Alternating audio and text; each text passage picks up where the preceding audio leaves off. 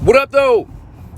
I'm driving on the way home, and I could have been listening to, like, shit, or I could have been making my own shit, so I'm making my own shit.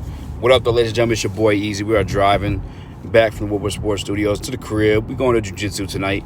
First time in a long time. Say what up, though. I don't know why I just said say what up, though. But, I mean, honestly, the main thing, like, on my mind, and I wanted to quit texting and driving. I'd rather just rant out loud, whether someone's listening or not, is,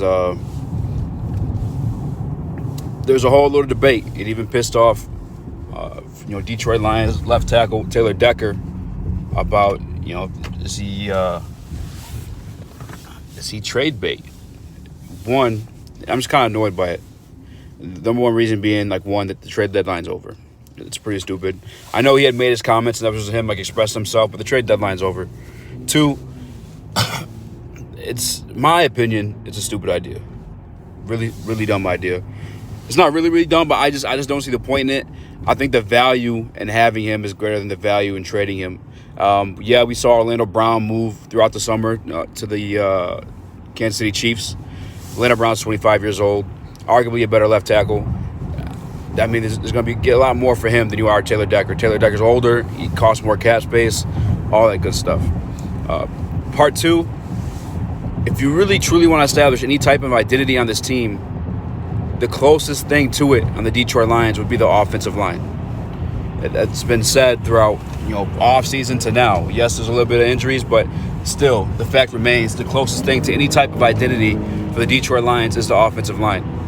If you want to develop any type of quarterback, and I'm done numbering them because I'm just kind of going off the top of my head. I'm also driving. I ain't trying to die. If you want to develop any type of quarterback, because obviously Jared Goff ain't it. I think the best thing for him to have over any receiver, over anything over maybe outside of coaching would be an offensive line. You want a developing quarterback to have time in the pocket to learn his reads, to learn the system. I mean, all that stuff. Offensive lines, I think you want an offensive line to develop a quarterback. And then guess what? Another thing with developing quarterback, if he's not great, he's not good at that point, he's obviously developing, becoming what he's going to be, there's your run game. I think there's tremendous value in having an offensive line over the gamble of a couple of third or fourth round picks, because you're going to have to fill in the void of tackle spot, Taylor Decker or not. And obviously we've seen my man Matt Nelson. He did okay. He didn't do terrible.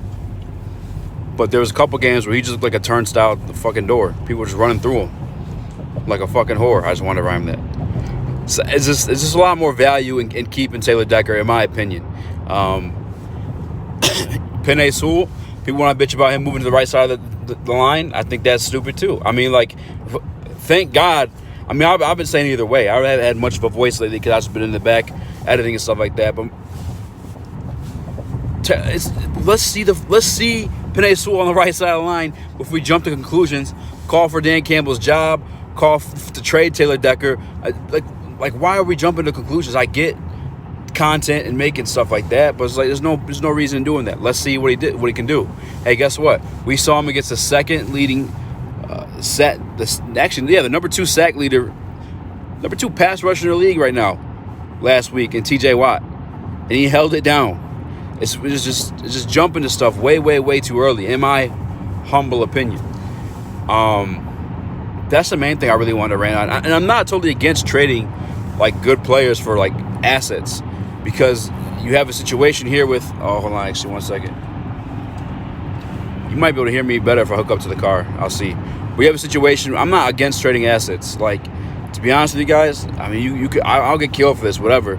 This is off the top of the head. But, like, I wouldn't be completely opposed to trading T.J. Hockenson. I would rather keep Taylor Decker over T.J. Hockenson. One, you're going to get a lot more in trade value for T.J. Hockenson than you ever would for Taylor Decker. He's like, again, the same kind of points to touchdown with Orlando Brown. I'll touch on with T.J. Hockenson. He's younger, less cap space, and he's a better player. You're going to get a lot more for that. Now, what does T.J. Hockenson do? Where does he benefit most of this offense? Is catching the damn football. You guys could, say blocking if you want. Sure. I mean, cool. With Taylor Decker back, we could run jumbo sets to block. We have a blocking tight end in there. We can put Matt Nelson at that tight end position. But you're going to get a lot more for Taylor Decker than you are, for TJ Hockenson than you are for Taylor Decker. And with that trade assets or whatever you end up getting, it's so much easier to find a pass catcher in late rounds. It's going to be great. A la Antonio Brown and everyone else. All these is great. I think Tyreek Hill's a 5th-round receiver. Like, you'll have so much better luck of finding that than you are going to find a Taylor Decker in those late rounds. And that's an argument that I was arguing with Luke about for the longest time in the offseason. Like, hey, we can still get good offensive line late in the draft. And then Luke fucking got my ass. Luke stumped me. He pulled up the best offensive tackles. I looked at the draft position of all of them, and we looked. We went deep. I'm talking about like 20 years deep. And all the best left tackles go early in the draft. You're more likely to find a great pass catcher late in the draft than you are going to find a left tackle late in the draft. I lost a viewer. They must have seen I was talking crazy. He can still be traded in the offseason. Not that I want him to go if we have block and tackles. If we have bookend tackles. Yeah, man. And I mean, that's pretty much just like, I guess I wanted to get that off my chest. As far as Tim Boyle goes, I touched on that a little bit with Corey Woods and Morgan earlier in the week. I'm excited for it. Can it be bad? Hell yeah, it can be bad. He looked fucking awful in the preseason. I ain't gonna cap. Tim Boyle did not look good in the preseason. However, when he got traded here, or we signed him, I don't remember what scenario it was, but I'll never forget there was a Green Bay Packers beat writer who commented that he was going to contend for the starting job with Jared Goff, which sounds crazy, like hearing it, right? But like, as soon as training camp started, we seen an article from our very own beat writer, Dave Burkett, about how he throws a prettier deep ball than one Jared Goff. So it's like, let's see, there's something. Because the other thing, too, is obviously David Blau did perform a lot better than him in preseason, but there's obviously a reason that he's still sitting ahead of him in a depth chart. They must have seen something in practice this guy can do. He can run. Like I said, he throws a ball deeper. I feel like he's going to open up a playbook a bit more. He's going to be able to utilize Khalif Raymond for one. If that's the scenario, he's definitely going to be able to utilize Khalif Raymond way better than Jared Goff could. And Khalif Raymond, in my opinion, is quite clearly the best receiver on our team. Is he a good receiver? I don't know. I don't think he's terrible. I don't think he's bad. I don't think he's been able to showcase what he can do due to the limitations of Jared Goff. Hopefully Tim Boyle opens that up for us. Fuck, man. The Browns are a tough team. I was talking with Ryan earlier today. I'm making the cut. Shout out to Ryan Armati in the bottom line on Wilbur Sports. And he wasn't really trying to convince me the Lions could win, but I feel like he was trying to get me to say the Lions could win. It's just like it's tough to say, bro, at this point in the season.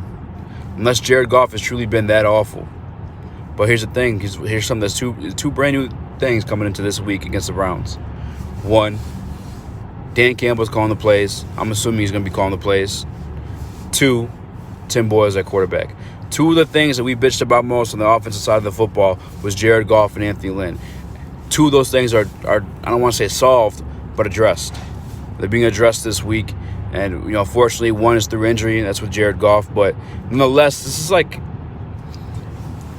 it's hard for me to believe in the Lions because everything they have done in the history and all the bad, just terrible, terrible things, man. I just looked at a tweet from Justin Rogers the other day about how, the amount of money we spent on trying to find a replacement kicker was only $200,000 short of re-signing Matt Prater.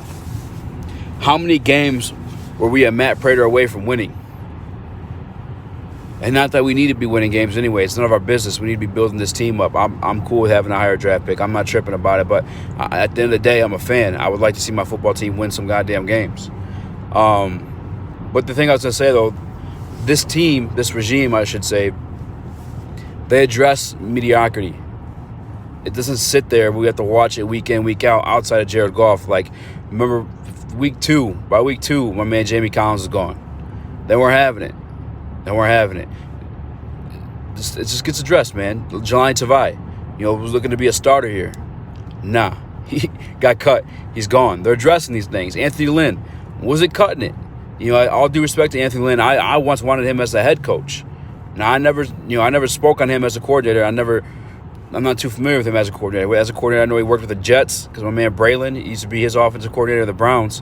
Damn, he was with them both places. But as a head coach, I just liked, I don't know, I didn't hate him. But nonetheless, Anthony Lynn wasn't getting it done. Guess what this regime did? The regime, in terms of Dan Campbell, he addressed it. He took over play calling duties. That's something that I guess shows some promise, and an organization that historically hasn't shown any type of, like, I don't want to like, I don't want to like be offensive or like just insult my fucking team because I love them, but like they've been doing some dumbass shit my entire life, bro. I turn my phone sideways. I guess I could turn the light on. I don't know. I mean, it is what it is. The other thing, one thing I do want to bitch about, and I did bitch about it a little bit during the live stream with Morgan and Corey, also with Luke.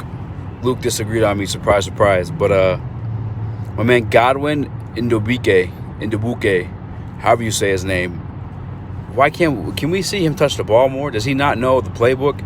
I mean, I guess I should listen to the media day from today. I know they had some pressers today. That's probably what I'm about to do. That's probably what I should be doing. But, why did he touch the ball more? Was he hurt? And you want to use... Luke kept using the excuse, hot hand. One guy runs for a 41-yard touchdown. Is he not hot?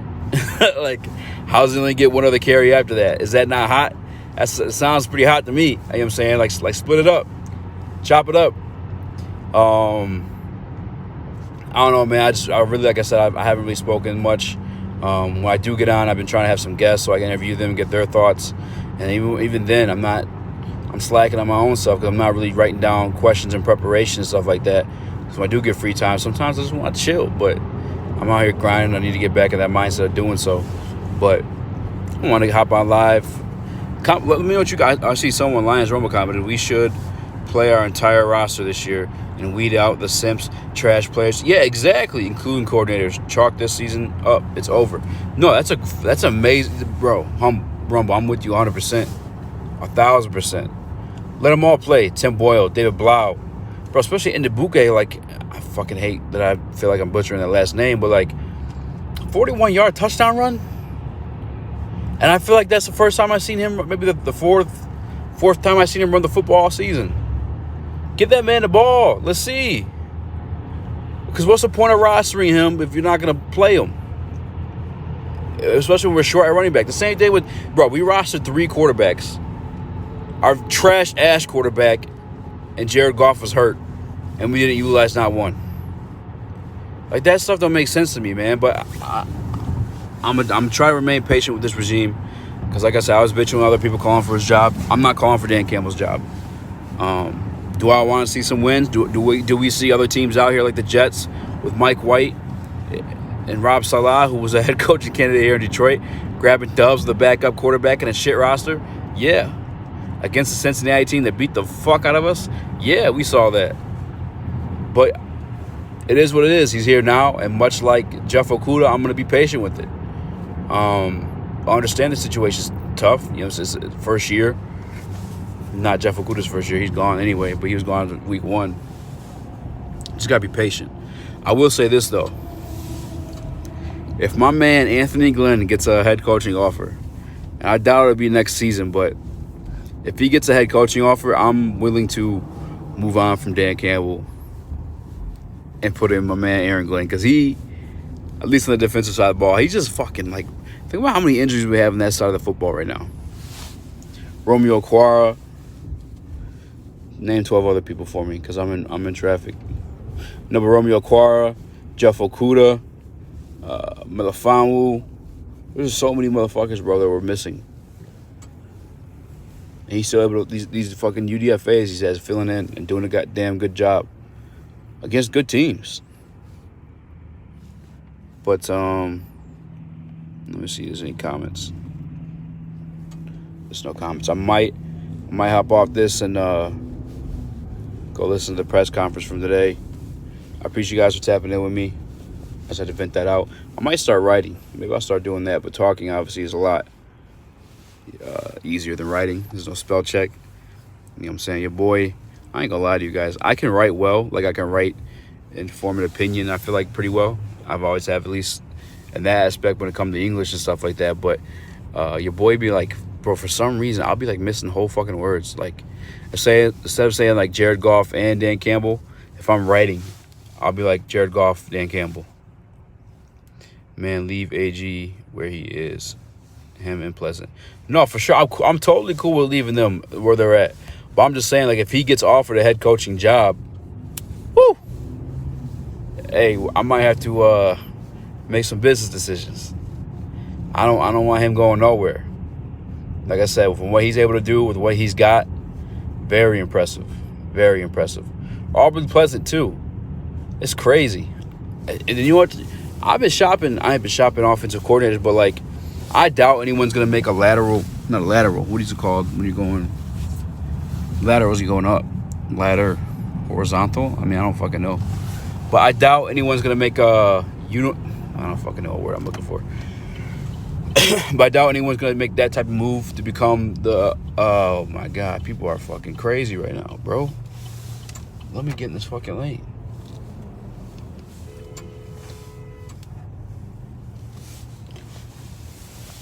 Let me see if someone found that word for me. Nope. All right, anyway. I doubt anyone's going to, without any type of, like, raise or anything like that, move from offensive coordinator. Like the same way that Deuce Staley did from running back coach in Philly to running backs coach in Detroit. I doubt anyone's going to go from or want to go from offensive coordinator where they're at to offensive coordinator here, especially a damn good one. So, and I'm curious if you guys know any offensive coordinator candidates, any quarterback coaches, anything like that, because we got to start looking. Not that we're making the hire, but shit. Hey, we're finally not showing up to Ford Field. These motherfuckers going to start listening to us. Maybe they are. Maybe that's why my man Anthony Lynn had to, you know what I'm saying? And and I'm not trying to disrespect Anthony Lynn because he was still in communications. Shout out to Corey Woods for sharing this information. But Anthony Lynn was very much still in communication with Dan Campbell as they were play calling and stuff like that. It's just that Dan Campbell wanted to be the one to deliver it to Goff, kind of break down, I guess, the ideology and the, the plan of it, which is the same damn thing Sean McVay had to do for him too. I wish... I guarantee D-Town probably changed his name. Shout out to you, D-Town, if you're out there somewhere. But goddamn, man, you deserve a couple I told you so's. You know what I'm saying? We come out of the dark. Let us know what your new YouTube name is, and take this heat, fam. Take this heat, because you deserve it. Other than that, man, I'll probably try to get something formal, quote unquote. I guess maybe a sit down in the Speakeasy Studios, a.k.a. my motherfucking basement. But I really do want to catch up on the press conferences, and I think I'm going to do that now. I just saw you, Funk. You were looking a couple weeks. Hey, keep me posted, man. I feel like you, Steve-O, there's one other person, too. Brian Shosh, that's my guy. He a little crazy, but I feel like he knows the shit, too. So, like, B's crazy as hell, too. I'm about to get a mock draft from B.